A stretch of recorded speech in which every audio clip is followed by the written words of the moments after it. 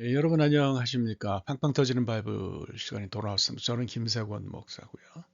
예, 오늘 여러분들과 함께 전기예언서 그 76번째 시간을 같이 생각하도록 하겠습니다. 본문은 이제 11장 14절부터 43절까지 말씀이고요. 내용은 솔로몬의 말년입니다. 그래서 뭐 이제 우리가 이거는 좀 후대 지도인데요. 킹덤 오브 이스라엘이니까 이제 북쪽하고 이제 킹덤 오브 주라니까 이제 남쪽이고요. 예, 뭐 이제 블레셋은 여기 그냥 계속 자리 잡고 있는 거고요. 그래서 이제 솔로몬의 그 통치 기간 동안 일어난 특히 이제 말년에 일어난 건데 반란을 다루고 있어요. 그래서 하나는 이제 바로 여기 에돔에서 일어난 거고요. 또 하나는 여기 이제 그 아람 시리아에서 일어난 거예요. 하나는 이제 그 여로보암이 반란을 일으켜가지고 나라가 이렇게 둘로 나뉜 거죠. 이 얘기를 뭐 당장 나라가 나뉜 거는 솔로몬 당대에 나눠진 건 아니에요. 그러니까 이제 조금 더 진전해서 이렇게 하도록 그렇게 해 보겠습니다. 뭐그 말씀드린 것처럼 인생은 이게 영원할 수 없죠. 누구나 다 뭐 죽고 뭐 그래요. 이걸 피할 수 있는 사람은 없는 것 같아요. 뭐 오늘 아침에 일어나서 신문을 보니까 뭐 저기 그 왕년에 한국 그 코미디계를 주름잡던 서모 씨가 그 캄보디아에서 세상 떠난 기사가 나오던데 뭐 얼마 전엔 또 가수 현미 씨도 죽었고 뭐 다 그래요. 그러니까 이제 뭐 인생이 다 지나가는 거고 전 세계에서 굉장히 유명했던 세계적으로 유명했던 사람들 뭐 미국에서 유명했던 사람들 이런 사람들도 다 에, 지나가죠. 솔로몬도 이걸 피할 수가 없었어요. 40년 동안을 이제 왕으로 다스렸지만 그도 죽었다. 그래서 이제 그 11장에서 가장 인상적인 것은 사실 43절입니다. 솔로몬이 그의 조상들과 함께 잠에 잤다. 솔로몬의 아주 뭐 굉장한 왕이었죠. 이스라엘에 그런 왕이 다시 없는 전무후무한 왕이었는데 그 사람도 이제 세상을 떠났고요. 솔로몬의 말년을 한마디로 정리를 하자면 반란의 시대였어요. 네, 반란의 시대로 우리 정의할 수 있을 것 같습니다. 그래서 이제 앞에 말씀을 드렸는데 하나는 바로 이제 이 에돔에서 남쪽에 에돔에서 이제 그 에돔 사람 하닷을 예, 하나님이 일으키셔가지고 저는 여호와라는 발음은 이건 완전 잘못된 거기 때문에 쓰지 않아야 된다고 생각하는 사람. 하여간 뭐 이 얘기 하려는 건 아니니까 솔로몬의 대적이 되게 하셨다. 뭐 이렇게 얘기해요. 요건 나중에 이제 하나님이 그렇게 하셨다는 건 설명을 좀 할게요. 그 다음에 이제 그 시리아 바로 아람이죠. 그래서 이게 르손을 일으켜서 솔로몬의 대적자가 되게 하셨다라는 거 하는 거. 그다음에 이제 이거는 하나는 본토 안에서 그 여로보암이 그 솔로몬을 대적했어요. 그래서 르호보암 때 가면 이제 나라가 이제 완전히 이렇게 두동강이 나는 걸 우리가 볼 수가 있죠. 예, 뭐 이렇게 우리가 생각을 하면은 되겠습니다. 그래서 차근차근 한번 같이 이 말씀을 읽어보도록 하겠습니다.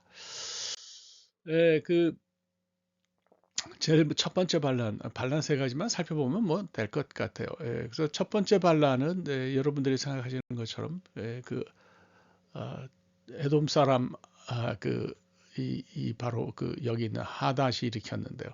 이게 사실 이제 그 이스라엘하고 계속해서 충돌이 많았어요. 충돌이 많았기 때문에 이거는 뭐 그 충돌된 것이 누적되면은 이제 사고가 날 수밖에 없다 이렇게 이제 생각을 할 수가 있는 거죠. 그래서 이제 본문을 생각하면 그 14절도 그렇게 기록을 하죠. 다윗 왕 때부터 계속해서 기록이 됐는데 그 에돔 사람 하닷이 솔로몬에 대하여 이제 대적자가 됐다 이렇게 얘기를 하는데 특별히 이제 이거를 놀랍게도 하나님이 그렇게 하셨다라는 표현이 있어요. 그래서 이걸 어떻게 이해해야 되냐? 저는 이걸 이제 창조신학적인 표현으로 이해를 합니다. 그러니까 세상 모든 것을 다 하나님 주관하신다고 이스라엘 사람들이 믿었기 때문에 그건 물론 오늘날도 그렇게 믿죠. 뭐 악의 세력에 대해서는 뭐 그 개혁 신학에서는 그렇게 이야기를 합니다. 하나님의 창조 섭리에 또 혹은 창조의 뜻에 반한 어떤 그 악한 세력이 분명히 있어서 그 사람들이 이 세계의 역사에 사고를 일으키는 걸로 그렇게 이야기를 해요. 이제 그런 것들이 정리될 시간이 오죠. 마지막에 이제 그 하나님 심판하실 때에 예수님 재림하실 때 그런 일이 일어난다고 이제 그렇게 개혁신학이 얘기를 하니까 우리가 신구약을 다 연결해서 생각하면 뭐 그렇게 볼 수도 있겠습니다. 자, 이 사람은 일단 뭐 어떤 사람이냐면 다윗 시대의 요압이 그러니까 이게 다윗 시대라는 게 중요하죠. 다윗 시대 요압이 에돔을 공격할 때에 이 사람은 살아남은 사람이었어요. 그래서 이제 나중에 이제 애굽으로 망명을 했는데 바로가 굉장히 이 사람을 선대했던 모양입니다. 바로의 처제하고 혼인할 수 있도록 18절을 보면 그렇게 다 그 허락을 해줘서 잘 살고 아들도 낳고 그렇게 했는데 이제 다윗과 이제 그 요압이 죽죠. 다윗과 요압이 죽은 후에 다시 이제 에돔으로 돌아와서 이제 내 때가 왔다. 그래서 이제 적대적으로 하면서 반란을 일으킨 것을 이제 볼 수가 있죠. 그래서 결국은 이 사람이 반란을 일으켰다 이렇게 우리가 생각을 할 수 있을 것 같습니다. 그래서 뭐 이거는 여러분들이 이렇든 저렇든지 하여튼 이런 상황이었다라고 하는 거를 하나 생각하시면 될 것 같습니다. 그렇죠? 네. 자, 그 에돔에 대해서는 이제 뭐 여러분들이 굉장히 좀 궁금해하시는 그런 부분들이 좀 사실 있어요. 에돔이 어떻게 됐느냐. 그래서 에돔의 기원을 이제 볼 때 그 뭐 물론 에돔은 이스라엘 남쪽에 남쪽 사해 주변하고 현재 이제 오늘날로 따지면 요르단 산악 지방에 살았던 고대 민족인데 물론 우리는 당연히 이스라엘 사람들과 같이 그 에서를 야곱의 형인 에서를 그 에돔인의 시조로 우리가 이제 봅니다. 그래서 뭐 여러분들이 잘 아시는 것처럼 뭐 굉장히 그 요런 그림 요 보시면 아시겠지만 그림 굉장히 유명하잖아요. 이 그림 아주 유명한 그림인데 팥죽 사건부터 시작해가지고 사사건건 충돌을 하다가 결국은 이제 나중에 둘 사이가 깨지죠. 이게 뭐 에도에서는 굉장히 그 아주 그 붉은 사람, 에돔이라는 뜻이 이제 붉다라는 뜻이고 에서라는 뜻도 붉다라는 뜻인데 몸에 털이 굉장히 많았던 것 같아요. 그래서 이제 그 야곱이 그 아버지를 속여가지고 축복을 받을 때 축복이라고 해도 사람이 주는 건 축복이니까 축복을 받을 때에 그 기르는 양을 잡아가지고 양 털로 토시를 만들어서 끼고 가는데 그걸 잡아보고서 이 야곱의 아버지가 이삭이 에서인 줄 알고 눈이 어두웠으니까 축복했다는 얘기를 읽을 때마다 저는 와, 이거 얼마나 털 보였으면 완전히 뭐 짐승 같은 털이 덮여 있었나 보다 뭐 이렇게 생각하는데 하여간 모든 사건이 다 끝나고 나서 이제 그 야곱이 도망가잖아요. 바다나라로 도망가서 거기서 오랫동안 살다가 일가를 이루어서 돌아온 다음에 이제 다시는 이제 화해하는 걸로 끝이 나지만 에서는 하여간 그 언약 밖으로 나간 그런 사람이 됐다 이렇게 볼 수가 있는 거죠. 그래서 이제 그 가장 이제 문제가 되는 것이 저는 창세기 25장 17절의 말씀이라고 생각해요. 그래서 야곱을 가리켜서 peaceful man이라고 우리말로 성경으로는 사냥꾼 에서는 사냥꾼이고 그래 들 사람이 됐고 야곱은 조용한 사람이었다. 요거 이게 히브리 말로 탐이거든요. 탐. 근데 이게 그 조용하다라고 번역한 건 제가 볼 때니까 정말 완전히 오역이라고 생각합니다. 그래서 장막에 거주했다. 이거는 무슨 얘기냐면 조용한 사람이었기 때문에 그런 건 아니라고 생각해요. 이 탐이라는 표현은 perfect, complete, wholesome, innocent, 그죠? having integrity.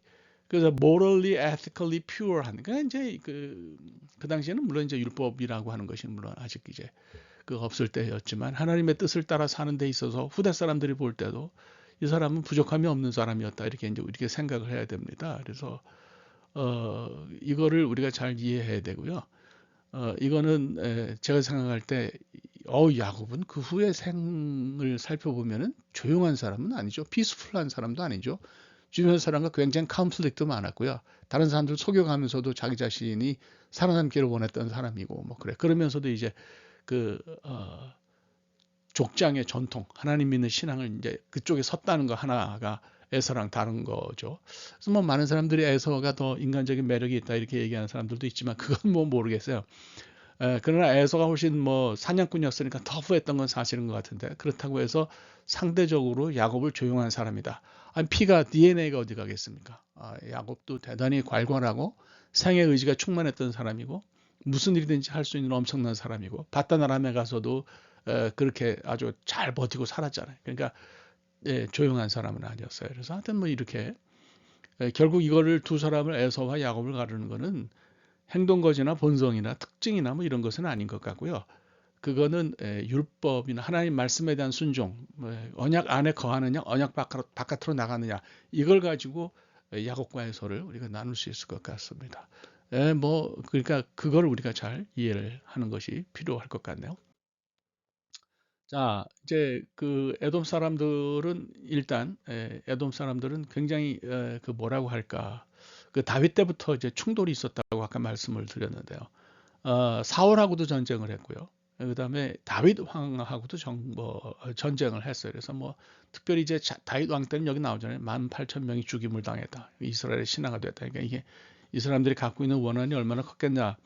이렇게 생각을 할 수가 있어요.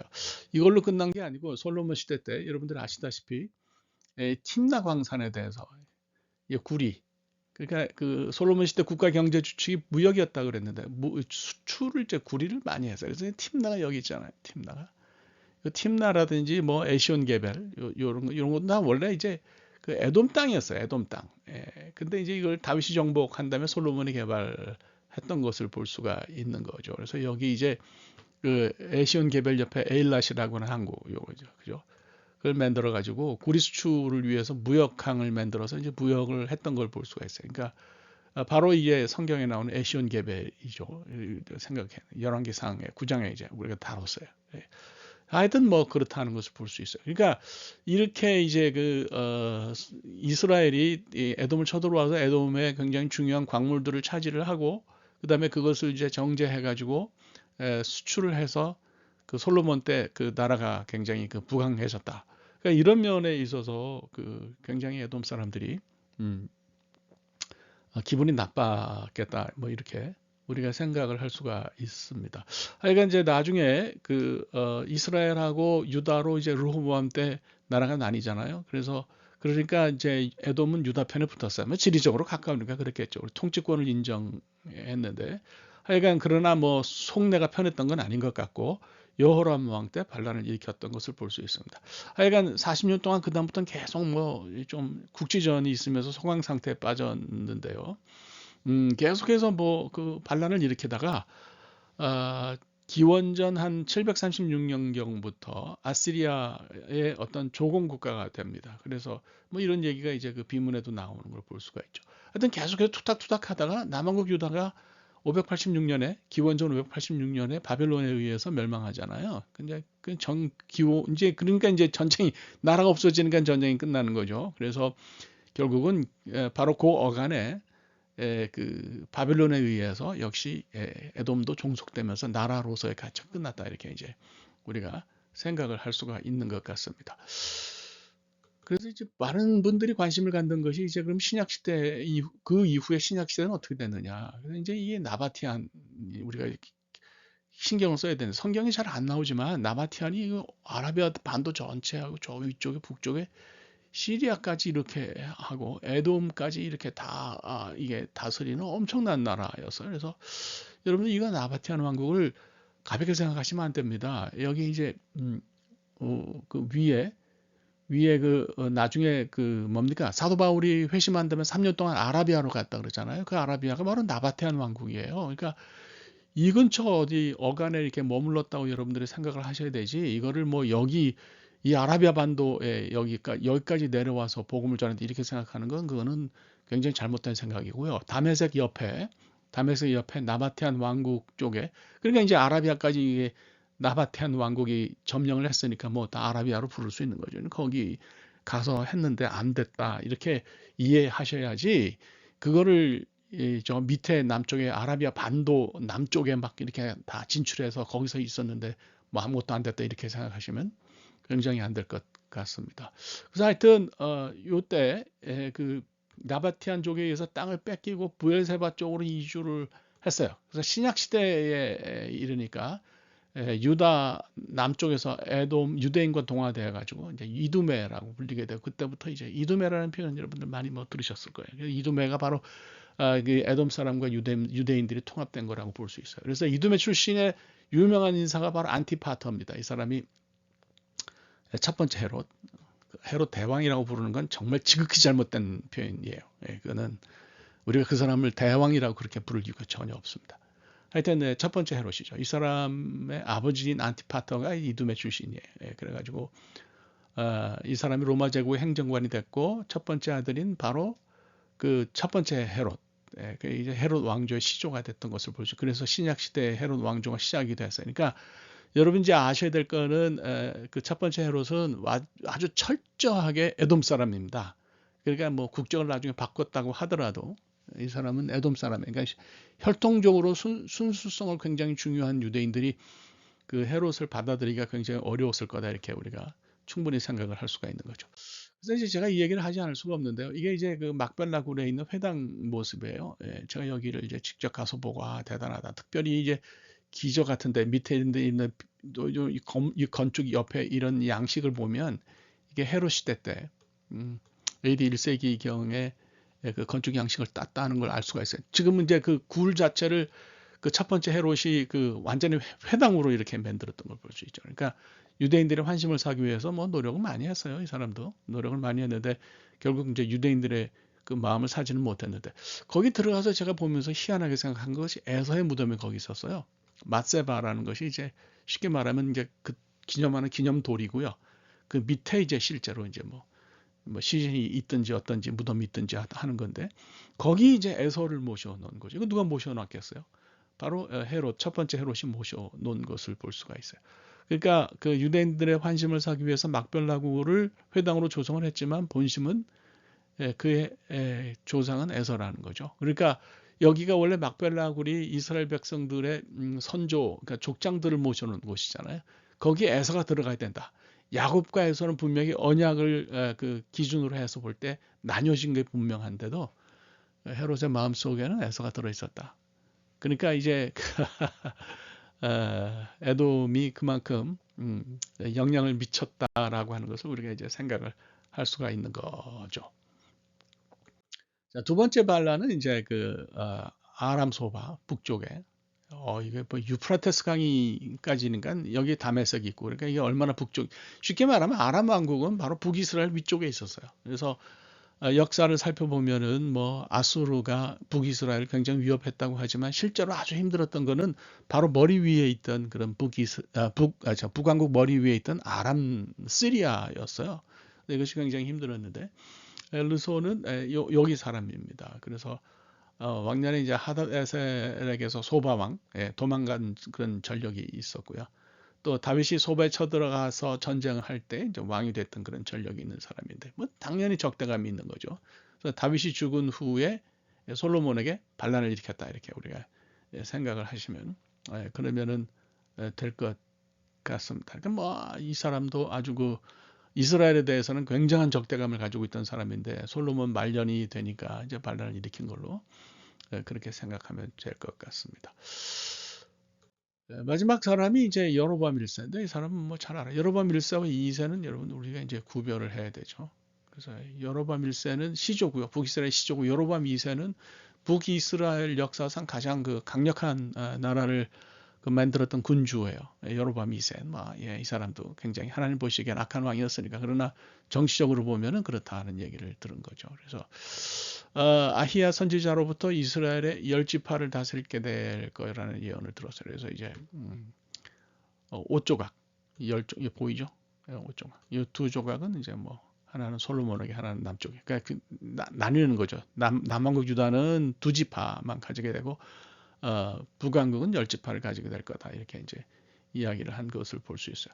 여로보암 1세는 원래 솔로몬의 건축 사업의 관리자였습니다. 그러니까 그 굉장히 그 뭐랄까 상황을 잘 알았던 그러니까 솔로몬의 학정의 실태를 잘 알았던 그런 사람들이고요. 우리가 여기서 이제 알 수 있는 건 뭐냐면 솔로몬의 어떤 건축 사업에 대해서 북왕국 사람들이 굉장히 큰 불만을 가졌다는 거고 이런 불만을 가진 것은 북이스라엘 사람들의 노동력을 솔로몬이 지나치게 많이 사용했다.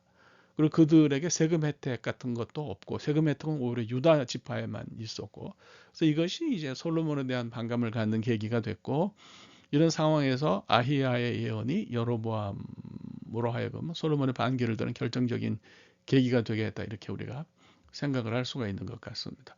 그래서 본문 말씀 29절을 보면 이제 아히야와 여로보암이 들판에서 만나가지고 아히야가 여로보암에게 예언을 전달한 그런 내용이 있어요. 그러니까 결국 이제 이 사람이 나중에 우리가 알다시피 북왕국 르호보암 때 북왕국을 세운 것을 볼 수 있어요. 그래서 나라가 이렇게 나뉘고 르호보암은 남쪽만 다스리고 여로보암은 이제 북왕국을 다스리게. 여러 가지로 볼 때 북왕국이 굉장히 그 여건이나 이런 것이 좋았어요. 인구도 뭐 상당히 되고. 그런데 하나님의 뜻을 지키지 않았기 때문에, 말씀을 따르지 않았기 때문에 왕조가 여러 번 바뀌고 쿠데타가 많이 일어나고 좀 비극이 많이 일어나다가 나라가 망한 것도 먼저 망했죠. 그래서 뭐 물리적으로 보면은 북왕국이 남한국보다 더 셌던 것 같습니다. 근데 이제 그것이 뭐 절대로 뭐 좋은 건 아니고 먼저 멸망했다는 것을 여기서 우리가 이제 기억하면 하나님 뜻에 따라서 나라가 움직이는 것이 그만큼 중요하다는 것을 우리가 이제 생각할 수가 있는 거죠. 자, 오늘의 말씀입니다. 기본적으로 인생에 어려움이 있어요. 뭐 그러려니 해야지 뭐 그걸 어떻게 하겠습니까? 근데 이제 문제는 이 어려움이 이제 두 가지 종류가 있는 거죠. 하나는 그냥 뭐 진짜 그러려니 해야 하는 이유를 알 수 없는 그런 어려움이 있을 수가 있는 거고요. 두 번째로는 내가 잘못해서 오는 어려움이 있어요. 예. 이런 어려움이 있을 때는 그러려니 하면 안 되고 이거는 돌아서야 됩니다. 그래서 말씀대로 살지 않으면 후과가 있다. 이걸 생각을 하고 만약에 지금 현재 닥치는 어려움이 1번이라면 이 그러려니로 가시고 그다음에 2번이라고 하면 이거는 돌이켜야 됩니다. 이걸 돌이키지 않으면 그건 뭐 무슨 일이 생길지 아무도 알 수 없는 거죠. 그래서 그건 잘 생각하셔야 되는 그런 상황입니다. 네, 오늘 뭐 이렇게 하면 될 것 같아요. 다음 시간에 또 뵙겠습니다. 네, 대단히 감사합니다.